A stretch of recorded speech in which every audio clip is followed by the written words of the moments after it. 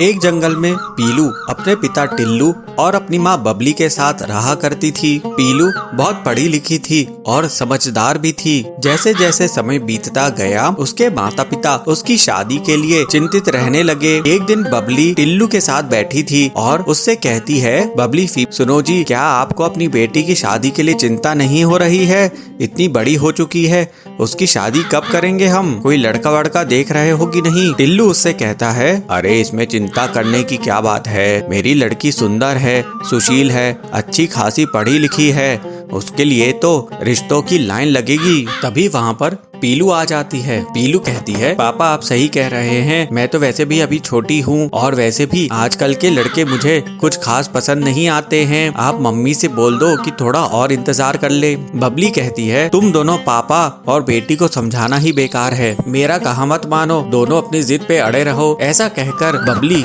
वहाँ से चली जाती है। ऐसे ही कुछ दिन बीत जाते हैं।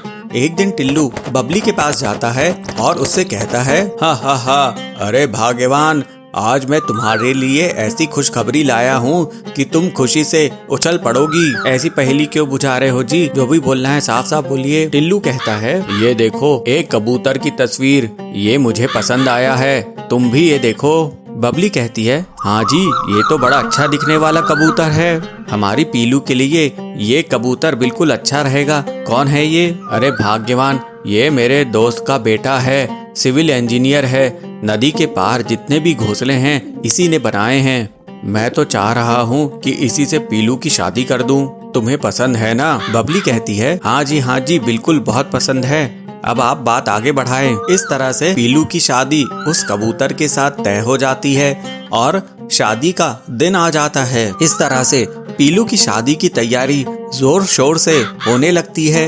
आसपास के पड़ोसी भी तैयारी में जुट जाते हैं और फिर शादी के दिन लड़के वाले बारात लेकर आते हैं और पीलू खूब अच्छे से सज धज के तैयार होने लगती है। शादी का मंडप तैयार था और दूल्हा दुल्हन वहाँ पर आ जाते हैं, लेकिन तभी वहाँ पर बहुत जोर से घने बादल छा जाते हैं और बहुत जोरों की बारिश होने लगती है। सभी लोग यहाँ वहाँ भागने लगते हैं। बारिश इतने जोर की होती है कि आसपास का इलाका पानी से भर जाता है। सभी पक्षी अपनी जान बचाने के लिए यहाँ वहाँ भागने लगते हैं।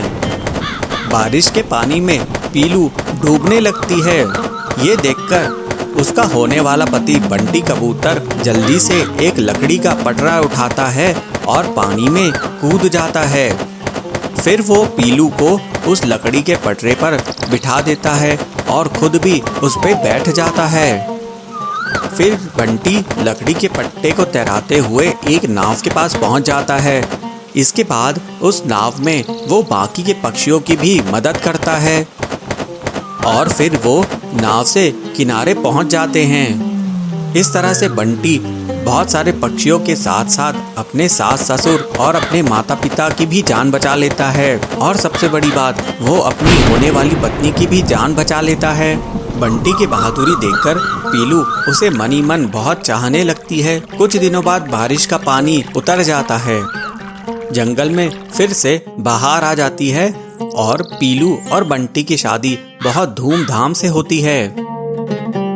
सुंदरी कौवी अपनी बहू पीलू चिड़िया और बेटा कालू कौवे के साथ रहा करती थी। सावन का महीना था, सब तरफ हरियाली ही हरियाली थी। एक दिन सुंदरी कौवी अपने बेटे के साथ बैठकर चाय पी रही थी। कालू अपनी माँ से कहता है, माँ, ये सुबह सुबह पीलू कहाँ चली गई है? सुंदरी उसे कहती है, पता नहीं बेटा, यहीं कहीं आस पड़ोस में ही गई होगी। मुझे बताकर तो नहीं गई, लेकिन जल्दी आ जाएगी। तू चाय पी ले, नहीं तो चाय ठंडी हो जाएगी। दोनों माँ बेटे चाय पीते हैं। तभी पीलू चिड़िया हाथों में पूजा की थाल लिए घर पर आती है।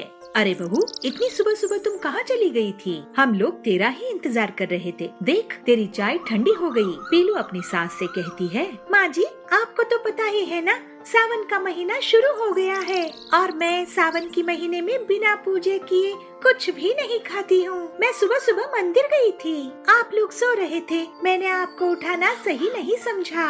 ये लीजिए प्रसाद। पीलू अपनी सास और पति को प्रसाद देती है। उसकी सास उससे कहती है, पीलू अब कालू के लिए तुम नाश्ता बना दो, नहीं तो वो बिना नाश्ता किए ही घर से बाहर चला जाएगा। पीलू कालू के लिए नाश्ता बनाने के लिए चली जाती है। फिर शाम को कालू अपनी ऑफिस से घर लौटता है तो पीलू उससे कहती है, सुनो जी, इस सावन में मेरे लिए एक डाल पर झूला डाल दो, फिर मैं झूले पर बैठूंगी, आप मुझे झूला झूलाना। कालू कहता है, अरे पागल हो गई हो क्या? मैं अपना काम धंधा छोड़कर तुमको झूला झुलाने आऊंगा? अब ये बचपना छोड़ो। तो पीलू कहती है, नहीं, इस सावन में तो आपको मुझे झूला झुलाना ही पड़ेगा। अरे पीलू, तुम क्या कोई छोटी बच्ची हो क्या? ये क्या जिद कर रही हो? तुमने तो मेरा दिमाग ही खराब कर दिया। ऐसा कहकर कालू वहाँ से चला जाता है। कालू का ऐसा जवाब सुनकर पीलू बहुत दुखी होती है। वो दिन भर घर का सारा काम तो करती थी, लेकिन किसी से कोई भी बात नहीं करती थी।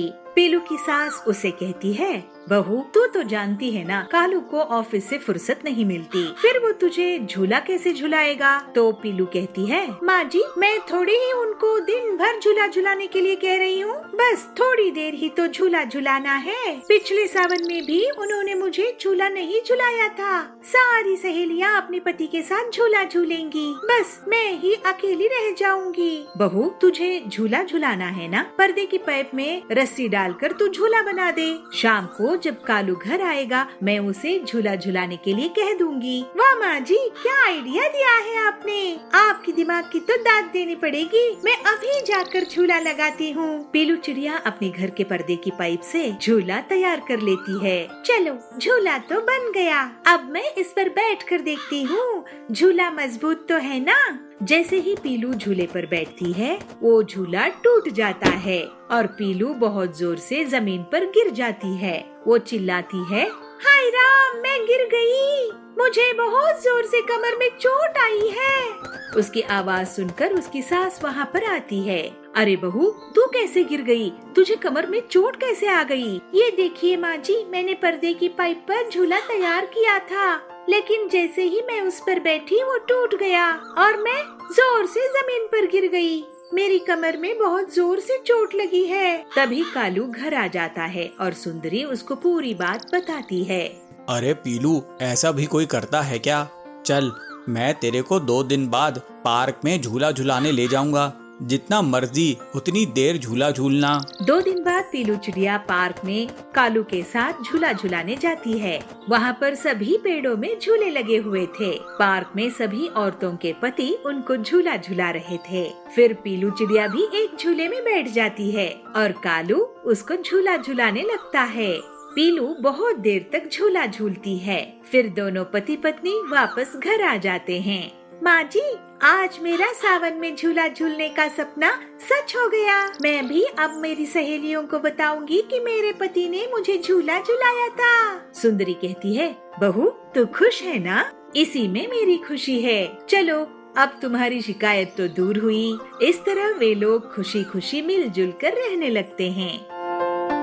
टुनटुन ने अपनी सास पर बहुत अत्याचार किया। वो न उसे समय पर खाना देती थी और न ही उससे कभी प्यार से बात करती थी और बीमार पड़ जाने पर भी कभी दवाई नहीं दिलवाती थी। कुल मिलाकर कहा जा सकता है कि उसने कभी भी अपनी सास की जरा भी सेवा नहीं की। और कहते हैं ना, जैसे आप कर्म करते हो उसका वैसा ही फल आपको भुगतना पड़ता है। वैसा ही कुछ अब होने वाला है टुनटुन के साथ। जैसे उसने अपनी सास के साथ किया, अब वही कुछ उसके साथ होने वाला था। टुनटुन अपने इकलौते बेटी की शादी टूनी नाम की एक लड़की से करवाकर घर ले आती है।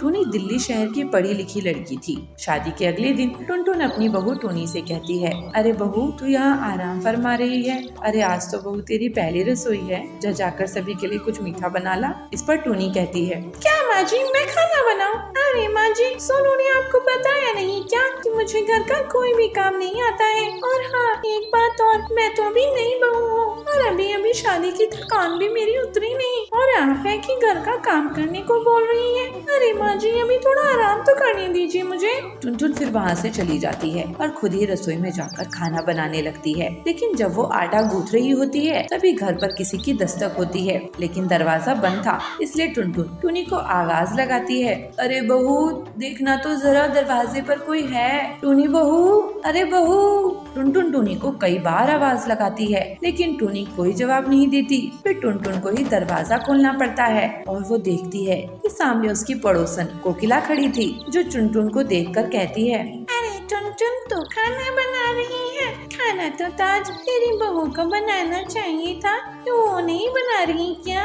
अरे तेरी बात तो सही है, लेकिन मेरी बहू को आराम चाहिए था। तू भी जानती है ना, शादी में कितनी थकान हो जाती है। अरे वाह, मतलब शादी की तैयारी में वही अकेली थकी है और तुझे तो जरा भी थकान हुई नहीं होगी, है ना? नहीं कोकिला, ऐसी बात नहीं है। अरे ऐसी ही बात है, अभी तू देखती जा, तेरी बहू तुझे कैसे अपने इशारों पर नचाती है। कोकिला की बात सच भी होती है। टूनी सच में घर का कोई काम नहीं करती थी। अरे वो तो झाड़ू भी उठाकर इधर से उधर नहीं रखती थी और पूरे दिन उसकी सास टुनटुन ही घर के कामों में लगी रहती थी। टूनी तो बस बेड पर बैठी टीवी देखती रहती थी। ऐसे ही एक महीना बीत गया। फिर आखिरकार टुनटुन ने अपनी बहू टूनी से कहा, अरे टूनी बहू, अब तो तुझे 1 महीना हो गया है, अब तो तू घर के काम कर लिया करना। माँ जी, वैसे मेरा मन तो नहीं है, पर चलो कोई नहीं, आप कहती हो तो कर देती हूँ। आज खाना बनाने से शुरुआत करती हूँ। टूनी रसोई में जाती है और खाना बनाती है, लेकिन वो सब्जी और रोटी दोनों जला देती है और वही जली भुनी रोटियाँ वो अपनी सास को लाकर देती है। ऐसे मुँह मत बनाइए माँ जी, अब मुझे जो आता है मैं वही करूँगी ना, खाना है तो खा लीजिए। टुनटुन को अब अपने बर्ताव के बारे में याद आता है जो उसने अपनी सास के साथ किया था, और उसे समझ आ गया था कि जो व्यवहार उसने अपनी सास के साथ किया था, आज उसकी बहू टूनी वही व्यवहार तो उसके साथ कर रही है। तो जैसी सास वैसी बहू उसे मिली और उसे समझ आ जाता है कि उसे उसके ही कर्मों की सजा मिल रही है।